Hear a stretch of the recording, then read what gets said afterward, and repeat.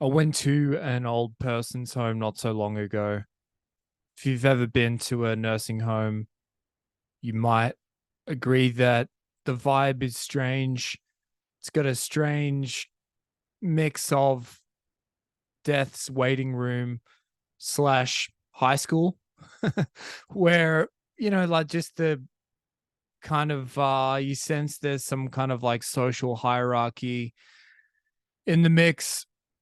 Also, the kind of orderlies and the people working there, they are kind of like I guess, the equivalent of the teachers, except the power dynamics all fucked up. Like the paying customers are the cunts who are about to die. Whereas if you're working in a nursing home, the nurses are subservient by definition. And so it's got a strange kind of vibe. With the nurses and stuff, there's like this outrage in Australia recently in terms of the nursing home staff mistreating the old people, and people really in outrage, understandably. But is it really that surprising that the poor old fuckers are getting abused? Because some of them aren't just poor old fuckers, feeble, nice little old ladies. They're like mean, horrible bastards. They know they're about to cark it. They're lonely, they're depressed, and so they're taking it out on these workers.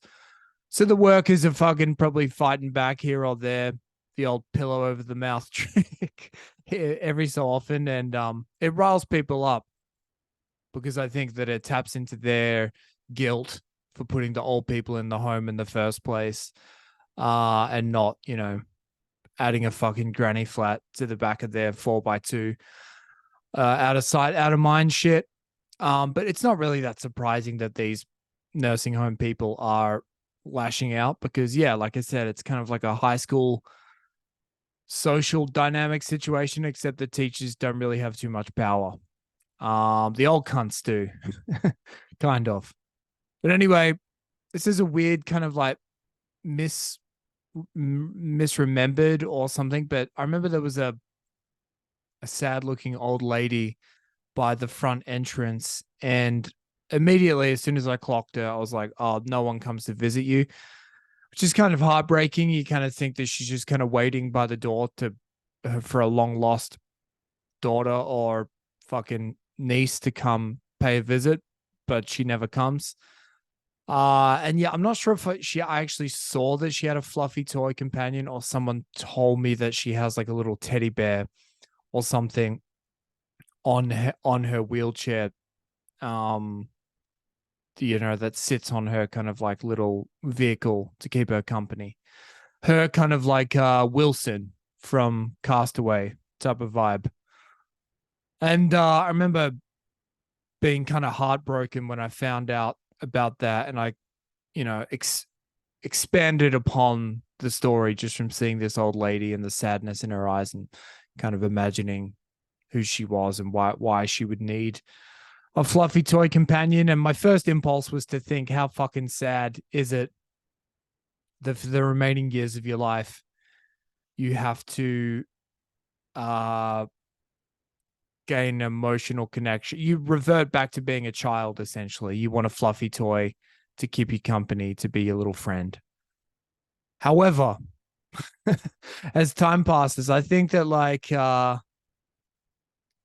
it's essentially a continuation to have an accessory that we do, yeah, from birth. You want little toys, and as you get older, you want more elaborate toys. You want an Xbox. You become an adult, you want a fucking car, you want cool clothes, you want, I don't know, a sick gravity bong. The materials and accessories change depending on your phase of life. However, we're drawn to objects and they bring us a lot of happiness. Buy the stuff. So it kind of it's not that surprising that you reach the end of life and you still want to have little things, that external objects that help define the inner you. So you can choose to see it as a very sad uh display because she's lacking actual human connection. And I'm sure that's real. But there's probably something also going on where it's like we like to accessorize. And if I was the stubborn guy that I am now into my old age, and I was like, no, I'm not getting a fucking teddy bear. If I'm the last man standing and I get put into a nursing home and I still have my faculties, I might have this pride and be like, nah, not me, mate. Don't need a fucking teddy. Even though inside I'm crying out for a teddy because that would make me happy. Because I don't have the power to go to the shops and buy a fucking new floral t-shirt that defines the inner me anymore. I can't do it. I'm immobile. I'm in a nursing home. So I'm limited in terms of the materials that I could get, but I could get some stuff. But I've got a feeling a part of me is going to be stubborn and say, nah, not me, mate. Fuck that. However, if I just loosen up a little bit and kind of appreciated the flow of what's happening, in that joy comes from within. You've got all this joy within you, and you need something to reflect back at you. Ideally, it's your own children or a loved one or a friend, because that's going to be a sophisticated reflection. They're going to fill in the gaps. They're going to surprise you with different parts of joy that you were overlooking. But if that's not available, fuck it, get the teddy bear. Because you just need an object. It's like a mirror. You've got the joy within you, but if you don't have the catalyst or the object, it's never gonna you're never gonna be able to see it. You can't express it in certain ways. It's within you, but you can't activate it because you've got nothing to activate it with.